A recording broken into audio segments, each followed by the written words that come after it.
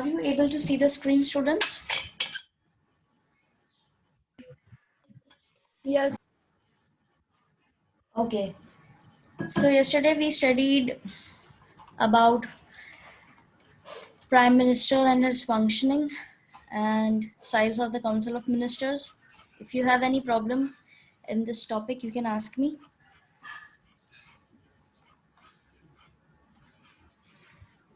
And if not, then we'll continue.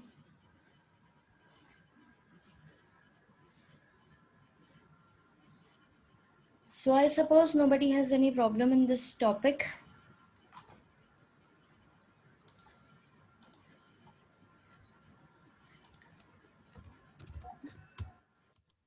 No, ma'am. No problem.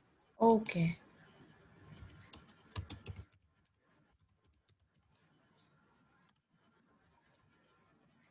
However, the power which the Prime Minister wields and actually puts into use depends upon the prevailing political conditions.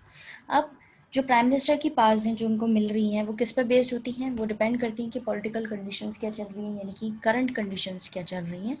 The position of the Prime Minister and the Council of Ministers has been unaccessible whenever a single political party has secured majority in the Lok Sabha.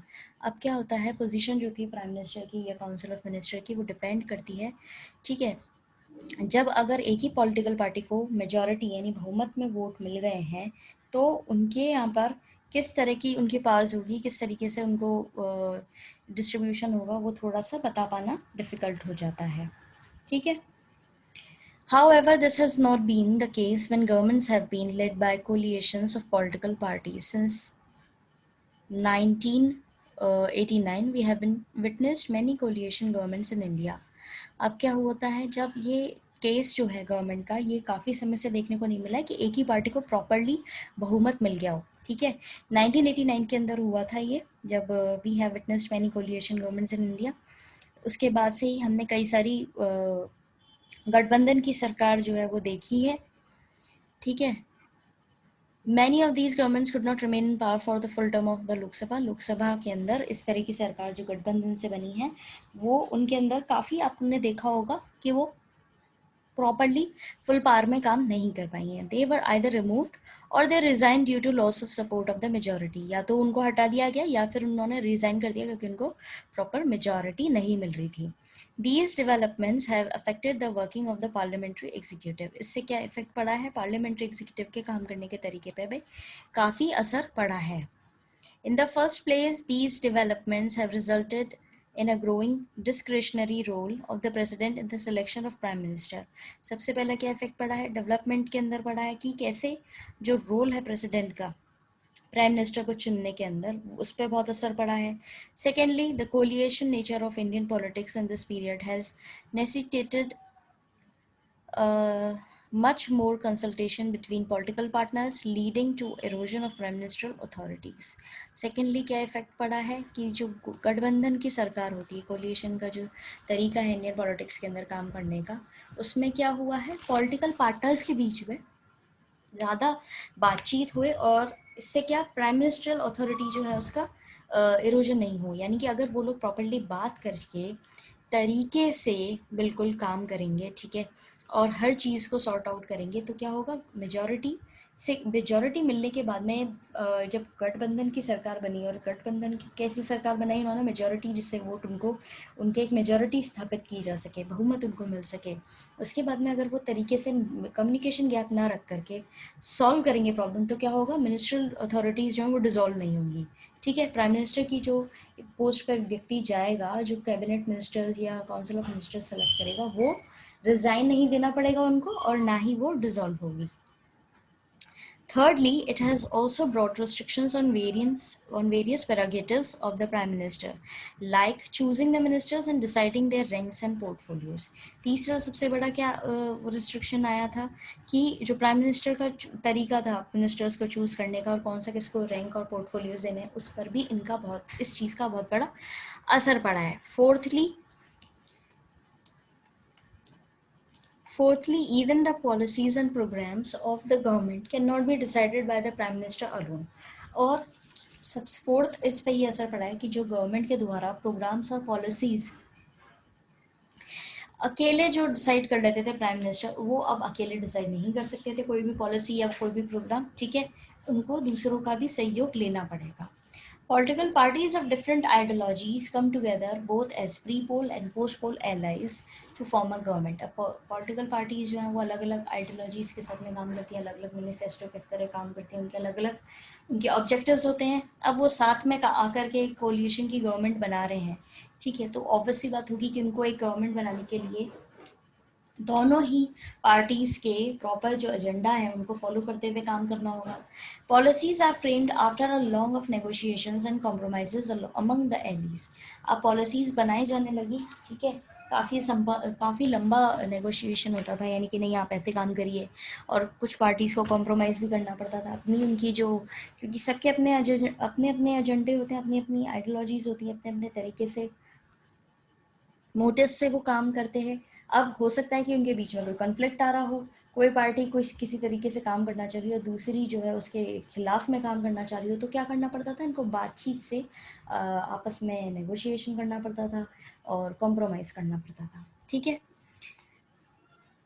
In this entire process, the Prime Minister has to act more as a negotiator than as a leader of the government. अब इस पूरे process में prime minister जो है वो किस तरह काम करते हैं, वो कैसे एक्ट करते हैं, वो एक लीडर की तरह काम करते हैं, ठीक है, बाद में, लेकिन पहले वो नेगोशिएटर की तरह काम करते हैं कि दोनों पार्टीज़ को साथ में लेके चले कि भाई आप इस पॉइंट पर जो है थोड़ा सा सहयोग दीजिए, आप इस पॉइंट पर थोड़ा सहयोग दीजिए, तो वो नेगोशिएट करते हैं दोनों पार्टीज़ की चीज़ों को, और बाद में वो as a leader, government of leader की तरह एक्ट करते कि नहीं गवर्नमेंट के हित में ये चीज़ है तो ये चीज़ फॉलो की जाएगी.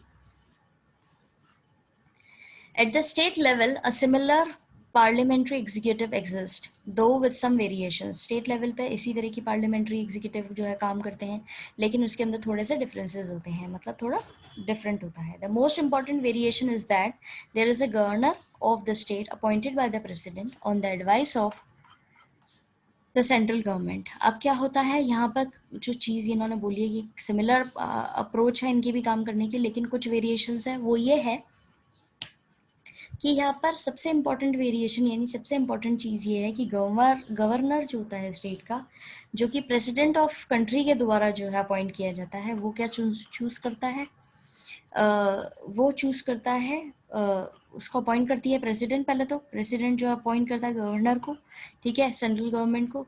फिर दो the chief minister like the prime minister is the leader of the majority party in the assembly. अब असेंबली के अंदर, जैसे पूरे नेशन के अंदर लोकसभा के अंदर मेजोरिटी की पार्टी, मेजोरिटी जिसको मिल गई उसका लीडर जो प्राइम मिनिस्टर अपॉइंट होता है, यहाँ पे असेंबली के अंदर जिसको मेजोरिटी मिल गई वो चीफ मिनिस्टर की तरह अपॉइंट होगा. The governor has more discretionary powers. Governor के पास में ज़्यादा डिस्क्रिशनरी पावर्स होती हैं. However the main principles of parliamentary system operate at state level too. और बाकी जो प्रिंसिपल्स होते हैं पार्लियामेंट्री सिस्टम के, वो सारे स्टेट लेवल पे भी आते हैं. मैंने आपको चैप्टर के स्टार्टिंग में ही बताया था कि चीफ मिनिस्टर प्राइम मिनिस्टर की तरह होता है और गवर्नर जो है वो प्रेसिडेंट की तरह होता है. कहने के लिए हेड कौन है देश का, प्रेसिडेंट, और स्टेट का हेड कौन है, गवर्नर. लेकिन इनिशियल जो रियलिटी में पावर्स को एक्सेस कौन कर पाता है, स्टेट लेवल पे सीएम यानी चीफ मिनिस्टर, और नेशन लेवल पे देखा जाए तो prime minister. What is the need to start your audio if you don't have any problem? Mr. Deepak. Yeah, better. You don't have to, unmute your video. It only creates chaos in the class. So where were we? मैंने आपको जैसे बताया था, chief minister जो है वो और chief minister का जो काउंसिल होता है मिनिस्टर का, वो काम करते हैं एक स्टेट के अंदर और प्रॉपर सारा पावर्स को वो एक्सेस करते हैं, और इन्हीं के एडवाइस पे जो है गवर्नर जो है वो साइन करते हैं, पॉलिसीज़ फ्रेम करते हैं. और नेशनल लेवल पे देखा जाए तो प्राइम मिनिस्टर जो है वो सारी पॉलिसीज़ और अपने कैबिनेट ऑफ मिनिस्टर्स के तौर पे साथ में मिलकर ये काम करते हैं, और उनको फाइनल उनका परमिशन किससे मिलती है, प्रेसिडेंट से मिलती है, ठीक है. Then we have permanent executive bureaucracy. अब परमानेंट एग्जीक्यूटिव यानी कि प्रॉपरली एक ऐसा एग्जीक्यूटिव जो प्रॉपरली काम करता है, परमानेंट है वो, ठीक है. Who implements the decisions of the ministers? अब मिनिस्टर्स के ऊपर डिसीजंस जो लेते हैं ये, वो कौन इम्प्लीमेंट करवाता है,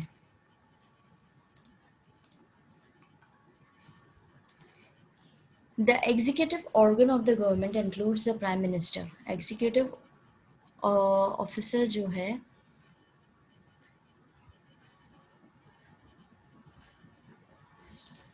एग्जीक्यूटिव ऑर्गन जो है गवर्नमेंट का, उनके अंदर प्राइम मिनिस्टर भी आता है, मिनिस्टर्स भी आते हैं, और एक बहुत बड़ी ऑर्गेनाइजेशन जिसको हम बोलते हैं ब्यूरोक्रेसी, या हम बोलते हैं एडमिनिस्ट्रेटिव मशीनरी। दोनों ही शब्द जो हैं एक ही चीज़ के लिए यूज़ किए जा रहे हैं, कंफ्यूज नहीं होना है, ठीक है। ये क्या है, एक बहुत बड़ी ऑर्गेनाइजेशन है जिसके अंदर प्राइम मिनिस्टर, मिनिस्टर्स आ रहे हैं, और उनको बोलते हैं ब्यूरोक्रेसी या एडमिनिस्ट्रेटिव मशीनरी। अब इसके बीच में डिफरेंस क्या है? To underline the difference between this machinery and the military service, it is described as civil services. इसको क्या बोला जाता है, एक डिफरेंस बताने के लिए इसके अंदर कि मशीनरी क्या है और मिलिट्री सर्विस क्या है, उसके बीच में डिफरेंस क्या है, इसको डिस्क्राइब कैसे किया जा रहा है? Civil services. सिविल सर्विसेज जैसे IAS, IPS, IFS, इस तरह की चीज़ों को हम सिविल सर्विस की कैटेगरी के अंदर डालते हैं, क्योंकि मैंने आपको बताया था कि सिर्फ एक PM अपॉइंट हो गए, उनके अंदर कैबिनेट ऑफ मिनिस्टर्स या काउंसिल ऑफ मिनिस्टर्स अपॉइंट हो गए, तो वही देश को नहीं चलाते, उनके सब डिवीजन भी होता है पास का, उनके अंडर काम करने वाले कई सारे ऑफिसर्स होते हैं, अलग लोग होते हैं जो हर फंक्शनिंग को, अब देश को चलाना कोई छोटी बात तो होती नहीं है, तो वहाँ पे कई सारे ऑफिसर्स भी होते हैं। अब वो सब किसके अंदर कैटेगराइज किए जाते हैं? सिविल सर्विसेज के अंदर कैटेगराइज किए जाते हैं। Trained and skilled officers who work as permanent employees of government are assigned the task of assisting the ministers in formulating policies and implementing these policies. अब क्या होता है, ट्रेन होते हैं ये लोग, और इनके पास में स्किल्स भी अच्छे होते हैं, इनको ट्रेनिंग दी जाती है प्रॉपर, ये परमानेंट एम्प्लॉयज़ की तरह देखे जाते हैं गवर्नमेंट के, और वो काम करते हैं। अब आपने जैसे सुना होगा कि गवर्नमेंट जॉब लग जाती है तो वो परमानेंट जॉब की तरह देखे जाते हैं, although it has some prohibition period, उनका कुछ प्रोहिबिशन पीरियड भी होता है जिसमें उनको देखा जाता है, वॉच किया जाता है, जैसे 6 महीने का हुआ, 1 साल का हुआ, उसके बाद में उनको परमानेंट किया जाता है कि उनका काम करने का तरीका सही है या नहीं है। अब ये गवर्नमेंट एम्प्लॉयज़ जो होते हैं, परमानेंट एम्प्लॉयज़ जो होते हैं, ये मदद करते हैं मिनिस्टर्स की काय में, पॉलिसीज़ बनाने में, और उन पॉलिसीज़ को इम्प्लीमेंट करवाने में, यानी लागू करवाने में, फॉलो करवाने में, ठीक है। In a democracy, the elected representatives and the ministers are in charge of the government and the administration is under their control and supervision. अब डेमोक्रेटिक सॉर्ट ऑफ गवर्नमेंट जो है, डेमोक्रेटिक टाइप ऑफ गवर्नमेंट जो है, उसके अंदर आपने अपने चुने हुए लोगों को रिप्रेजेंटेटिव के तौर पे भेजा, वो मिनिस्टर्स बने, मिनिस्टर्स किसके हेड हो गए? गवर्नमेंट के हेड हो गए। एडमिनिस्ट्रेटिव स्टाफ जो है उसके हेड हो गए। अब इनका काम क्या है? सुपरवाइज करने का, ठीक है। In the parliamentary system, the legislature also exercises control over the administration. अब क्या होता है, पार्लियामेंट्री सिस्टम के तौर पे जब काम हो रहा है तो लेजिस्लेचर का कुछ कंट्रोल होता है एडमिनिस्ट्रेशन पे। Administrative officers cannot act in violation of the policies adopted by the legislature. Legislature का काम क्या होता है? पॉलिसीज बनाना। अब लेजिस्लेचर के द्वारा पॉलिसीज अगर कोई बन गई है तो एडमिनिस्ट्रेटिव ऑफिसर्स जो हैं, यानी एडमिनिस्ट्रेटिव स्टाफ जो है, वो इन पॉलिसीज़ के खिलाफ नहीं जाएगा, ना ही इनको वायलेट करेगा, ठीक है, ना ही इनको तोड़ेगा। It is the responsibility of the ministers to retain political control over the administration. अब ये किसकी जिम्मेदारी है? मिनिस्टर्स की जिम्मेदारी है कि वो पूरा राजनीतिक कंट्रोल करके रखें इस एडमिनिस्ट्रेशन पे, ठीक है। India has established professional administrative machinery. India के अंदर क्या है? एक प्रोफेशनल एडमिनिस्ट्रेटिव मशीनरी, यानी सारा जो स्टाफ है वो प्रोफेशनली काम करता है। At the same time this machinery is made politically accountable, और दूसरी तरह ये प्रोफेशनली काम करने के अलावा रिस्पॉन्सिबल होते हैं, पॉलिटिकली भी अकाउंटेबल होते हैं, यानी कि ये जो भी चीज़ कर रहे हैं वो राजनीतिक तौर पर भी इनको जवाबदेही इन्हीं की होती है। The bureaucracy is also expected to be politically neutral, और ब्यूरोक्रेसी जो है उसको क्या उम्मीद करी जाती है कि वो पूरी तरह काम करे, वो किसी पर्टिकुलर पार्टी को फेवर करते हुए काम नहीं करे, वो न्यूट्रल होकर के काम करे, यानी कि स्टाफ जो है वो न्यूट्रली काम करे। This means that bureaucracy will not take any political position on policy matters. इसका मतलब ये है कि ब्यूरोक्रेसी यानी कि सारे जो सिविल सर्वेंट्स होते हैं, सिविल ऑफिसर्स होते हैं, ये किसी भी पॉलिटिकल पोजीशन को नहीं ले सकते, यानी किसी भी पार्टी के अंदर ये एक पोजीशन नहीं ले सकते हैं, उसमें इंक्लूड नहीं कर सकते अपने आप को, क्योंकि पॉलिटिकल पोजीशन लेने का मतलब होता है पॉलिसी मैटर्स में काम करना, ठीक है। तो इसमें इनका कोई रोल नहीं होता, इनको जो लेजिस्लेचर ने पॉलिसी बना के दे दी है वो इनको बस फॉलो करवानी होती है, इम्प्लीमेंट करवानी होती है और उसके हिसाब से काम करना होता है। पॉलिसी बनाना इनका काम नहीं होता, पॉलिसी बनाना पॉलिटिकल पार्टीज जो इंक्लूडेड है लेजिस्लेचर के अंदर उनका काम होता है। In a democracy it is always possible, इसको मार्क करेंगे, ये इम्पोर्टेंट है। In a democracy, it is always possible that a party is defeated in elections and the new government wants to opt for new policies in the place of policies of the previous government. ये चीज़ आप ध्यान में रखेंगे कि जब election हो रहे हैं, सपोज कि पहले बीजेपी की सरकार थी राजस्थान के अंदर, तो बीजेपी की सरकार ने जो पॉलिसीज़ बनाई थी, ठीक है, वो अभी तक इम्प्लीमेंट नहीं हुई है, उसके प्रोसेस चल ही रहा है। दोबारा से 5 साल का पूरा समय हो गया और दोबारा से सरकार चुनी गई, वो चुन ली गई कांग्रेस की। अब कांग्रेस की गवर्नमेंट चाहे तो पहले की बनाई हुई पॉलिसीज़ को रिजेक्ट कर सकती है और नई पॉलिसीज़ ला करके उनको इम्प्लीमेंट करवा सकती है, ठीक है। क्यों? क्योंकि पिछली गवर्नमेंट की पॉलिसीज़ उनको समझ में नहीं आई है, उनका जो भी रीज़न रहा वो उसको पूरी तरह डिनाई कर सकते हैं। In such a situation, it is the responsibility of the administrative machinery to faithfully and efficiently participate in drafting the policy and its implementation. अब इस तरह की सिचुएशन जब आ जाती है तो क्या होता है, ये रिस्पॉन्सिबिलिटी हो जाती है एडमिनिस्ट्रेटिव स्टाफ की कि वो फेथफुली और एफिशिएंटली यानी अच्छे तरीके से पार्टिसिपेट करें नई पॉलिसीज़ को बनाने में और उनको इम्प्लीमेंट करवाने में, ठीक है। The Indian bureaucracy today is an enormously complex system. अब इंडियन ब्यूरोक्रेसी जो है वो क्या है, एक बहुत बड़ा और बहुत ही कॉम्प्लेक्स सिस्टम है।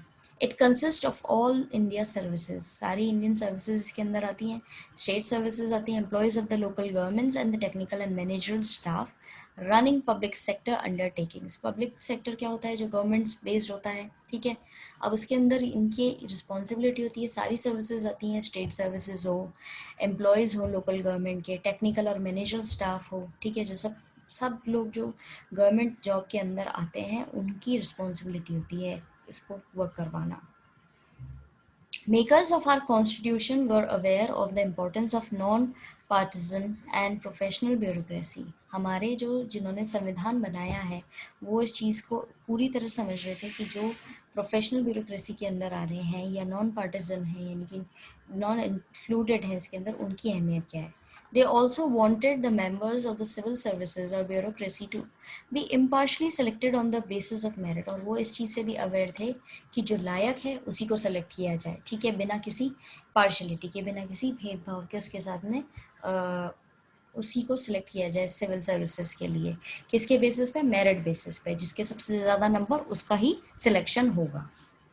सो the Union Public Service Commission has been UPSC जिसका शॉर्ट फॉर्म होता है, ठीक है, has been interested with the task of conducting the process of recruitment of civil services of the government of India. अब UPSC का ही काम होता है सिविल सर्विसेज का काम करवाना, यानी जो भी एग्ज़ाम होते हैं बड़े बड़े वो यही कंडक्ट करवाते हैं जिससे मेरिट बेसिस पे काम हो सके, ठीक है। इन्हीं के हाथ में ये टास्क होता है कि ये प्रॉपरली सिविल सर्वेंट जो हैं गवर्नमेंट ऑफ इंडिया के लिए उनके एग्ज़ाम करवा सकें और लोगों को अपॉइंट कर सकें। Similar public services commissions are provided for state also. इसी तरह की सिस्टम जो है वो स्टेट कमीशन जो है उनके लिए भी अपॉइंट करा गया है। अलग अलग नाम होते हैं उनके जगह के हिसाब से, जैसे राजस्थान पब्लिक सर्विस कमीशन यानी आरपीएससी नाम दिया गया है, फिक्स किया गया है यहाँ के लोगों के एग्ज़ाम कराने के लिए, कुछ जो पर्टिकुलर यहाँ की पोस्ट जो होती है उनके एग्ज़ाम कराने के लिए, फिर वो टीचिंग से रिलेटेड हो, क्लरिकल हो, किसी भी तरह का हो, ठीक है। Members of the public service commissions are appointed for a fix term. अब यहाँ पे काम करने वाले लोग जो होते हैं वो एक पर्टिकुलर टाइम के लिए ही अपॉइंट किए जाते हैं। द रिमूवल और suspension is subject to a thorough inquiry made by a जज ऑफ द सुप्रीम कोर्ट। अब इनको हटाया किस हिसाब से जाता है पब्लिक सर्विस कमीशन के लोगों को, या तो उनको इंक्वायरी बिठाई जाए सुप्रीम कोर्ट के जज के द्वारा तभी, ठीक है, जो हाई प्रोफाइल होते हैं ना अच्छी पोजीशन पे, उनके लिए है ये चीज़। While efficiency and merit are the norms for recruitment, the Constitution also ensures that all sections of the society, including the weaker section, have an opportunity to be the part of the public bureaucracy. अब efficiency हो, merit basis पे recruitment यानी कि उन लोगों को लगाया जा रहा है। ठीक है, कॉन्स्टिट्यूशन ने ये भी हमारा देखा था कि सारे सेक्शन के लोग जो हैं, जो वीकर सेक्शन के लोग थे, उनको भी प्रॉपर मौका मिले कि वो भी पब्लिक ब्यूरोक्रेसी के अंदर एज अ गवर्नमेंट एम्प्लॉय की तरह अपॉइंट हो, जिसका नतीजा है रिजर्वेशन। रिजर्वेशन होता है गवर्नमेंट जॉब्स के अंदर कुछ पर्टिकुलर सेक्शंस के लिए। ठीक है, जो वीकर सेक्शन है उनके लिए यहाँ पर उनको छूट मिलती है कि इनके इतने नंबर भी आएंगे तो भी उनको जो है जॉब मिल जाएगी। ठीक है,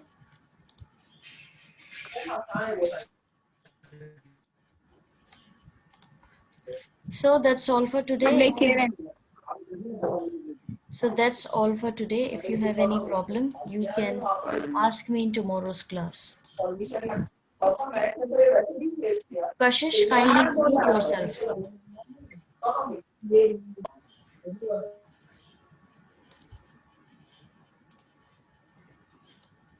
So please collect up your problems. We'll continue this chapter in tomorrow's class. Have a nice day ahead, students. God bless you all.